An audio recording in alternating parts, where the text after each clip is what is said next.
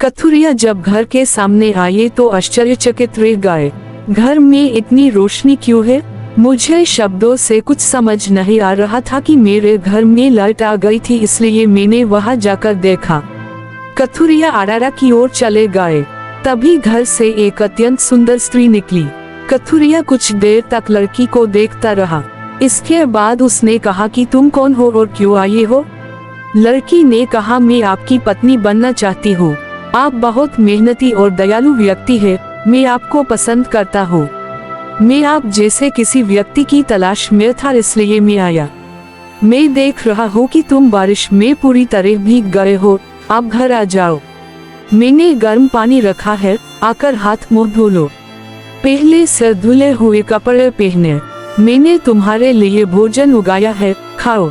कथुरिया ने घर आकर सारी व्यवस्थाएं देखी, जिससे उसे अपनी आंखों पर विश्वास ही नहीं हो रहा हो, जैसे ये सब उसका सपना हो। इसके बाद उन्होंने शादी कर ली। एक दिन कथुरिया की पत्नी ने मेरे लिए टाट हाउस बनाने का अनुरोध किया। मैं इसे बनाऊंगा। कथुरिया ने मुस्कुराते हुए कहा कि आप इसे बुन सकते हैं। मैं बुनाई शुरू कर दूंगी, लेकिन मुझे तुम्हें एक शब्द देना होगा। तुम आज से 7 दिन तक इस कमरे में प्रवेश नहीं करोगे।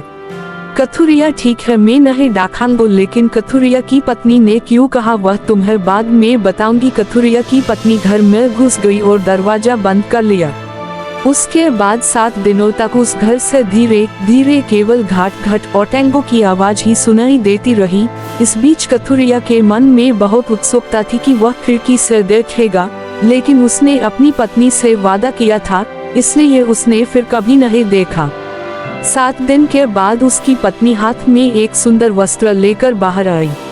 उसकी पत्नी ने कहा कि तुमने सुना है, देखो कपड़ा कैसा है।